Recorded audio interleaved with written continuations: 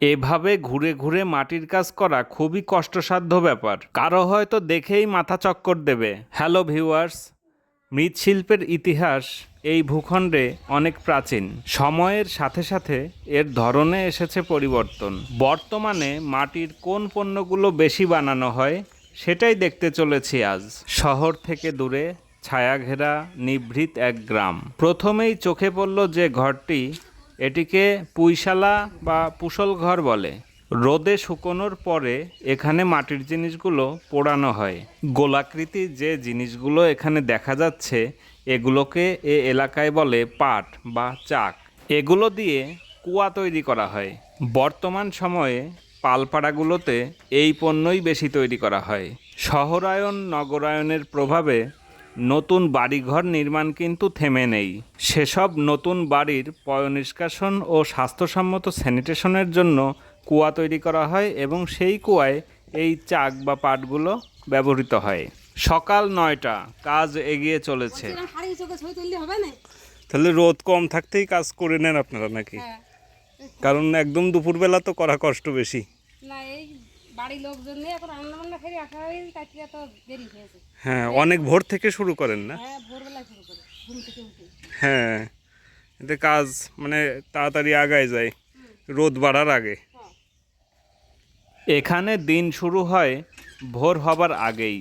দিনের এক প্রহর পার হতে হতে অর্থাৎ সকাল 9টা বাজতে বাজতেই দেখা যায় এদের মূল কাজ প্রায় শেষ। এরপরে রোদের তীব্রতা বেড়ে যায়, তখন এই কাজ করা অনেক দুষ্কর হয়ে পড়ে। গরমে তো এমনিতেই মাথা ঘোরে, আর এভাবে ঘুরে ঘুরে কাজ করলে তো কেমন অবস্থা হয় সহজেই অনুমেয়। তাই সকাল সকাল এই কাজ শেষ করে এই নারীরা ঘরে গিয়ে আবার গৃহস্থালী কাজের সাথে যুক্ত হয়ে পড়েন। রান্না বান্না, ঘর গোছানো থেকে শুরু করে অনেকের বাড়িতে আবার গরু ছাগল থাকে, শিশু বৃদ্ধ সবার যত্ন নিতে হয়। সব কাজ একা হাতেই করেন এই নারীরা। তাছাড়া যেসব পরিবারে চাষাবাদের কাজ থাকে তারা তো আরও বেশি ব্যস্ত। ধান পাট সহ অন্যান্য ফসল রোপণ, রক্ষণাবেক্ষণ এবং সেগুলো পেকে গেলে বাড়িতে আনা এবং যাবতীয় প্রক্রিয়া মেয়েরাই সম্পন্ন করে থাকেন। বাড়িতে পালাঙা ঘরে এই ধরনের পণ্যগুলো বানানো হয়। বাড়ির মেয়েরা তৈরি করেন সরা, পিঠার ছাঁচ, মাটির ব্যাংক ইত্যাদি। প্রত্যেক এলাকার মাটির জিনিসে কিছু আলাদা বৈশিষ্ট্য চোখে পড়ে। এগুলো দেখেই অভিজ্ঞরা বলতে পারেন যে এটা কোন এলাকার জিনিস। কালের বিবর্তনে পালপাড়াগুলো বদলে গেছে, এসেছে অনেক পরিবর্তনের ছোঁয়া। এখানে এই মাটির চাড়ি দেখতে পেলাম, যা এখন সব পালপাড়ায় তৈরি হয় না। এক সময় গৃহস্থ বাড়ি মানেই সেখানে কয়েকটা চাড়ি থাকতই।